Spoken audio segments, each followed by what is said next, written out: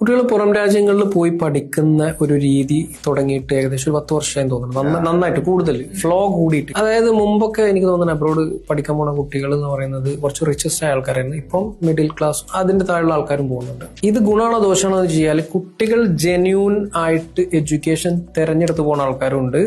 അവിടെ വേറെ രാജ്യങ്ങളിൽ എത്തിപ്പെട്ട് ജീവിതമാർഗമായിട്ട് പോകുന്ന ആൾക്കാരുണ്ട്. അത് ഗുണമോ ദോഷം എന്ന് വെച്ചാൽ എന്തുകൊണ്ട് അബ്രോഡ് എഡ്യൂക്കേഷൻ ഗുണം ചെയ്യുമെന്ന് വെച്ചാൽ ഒരു കുട്ടി പുറത്തെ രാജ്യങ്ങളിൽ പോയി അവിടുത്തെ കൾച്ചർ, അവിടുത്തെ എക്സ്പ്ലോർ ചെയ്ത് അവിടുത്തെ ലൈഫ് സ്റ്റൈൽ, അവിടുത്തെ സിസ്റ്റം ഒക്കെ പഠിച്ച് ഈ രാജ്യത്തേക്ക് തന്നെ തിരിച്ചു വരികയാണെങ്കിൽ അവിടെ അത്യാവശ്യം എക്സ്പീരിയൻസ് ഉണ്ടാക്കി ഈ നാട്ടിന് തിരിച്ചു വരികയാണെങ്കിൽ നാടിന് അസെറ്റ് ആയിരിക്കും. സെയിം ടൈം കുട്ടികൾ കുടിയേറ്റത്തിന് വേണ്ടി പോയി അവിടെ ഇമിഗ്രേറ്റഡ് ആയി അവിടെ പാരമ്പര്യമായിട്ട് ജീവിക്കുന്ന ഒരു സിസ്റ്റം വരികയാണെങ്കിൽ അത് നമുക്ക് ഗുണം ചെയ്യുന്ന വെച്ചാൽ നമ്മൾ കൂടുതൽ ഒരു ഇൻകം ഫ്യൂച്ചറിൽ ഒരു NRI എന്ന രീതിയിൽ നമുക്ക് നാട്ടിലേക്ക് ഇൻകം വരുന്ന സിസ്റ്റം കുറയും. ഗൾഫ് രാജ്യങ്ങളിലെ പോലെയല്ല. പക്ഷെ ഈ ഞാൻ പറയുന്ന പോലെ ഒരു കുട്ടികൾ പഠിക്കാൻ പോയി ഞാൻ സജസ്റ്റ് ചെയ്യുന്നത് നമ്മുടെ കമ്പനികളിലൊക്കെ കുട്ടികൾ പുറത്തെ രാജ്യങ്ങളിൽ പഠിക്കാൻ പോകുമ്പോൾ അവരുടെ ഒരു 40 വയസ്സ് 40 ഇയേഴ്സ് ആകുമ്പോൾ തിരിച്ച് നമ്മുടെ രാജ്യത്തേക്ക് വരിക. എന്താണ് അവർക്ക് കിട്ടിയത് അവർ ഇവിടെ കോൺട്രിബ്യൂട്ട് ചെയ്യുക. ഇതാണ് ബെസ്റ്റ്.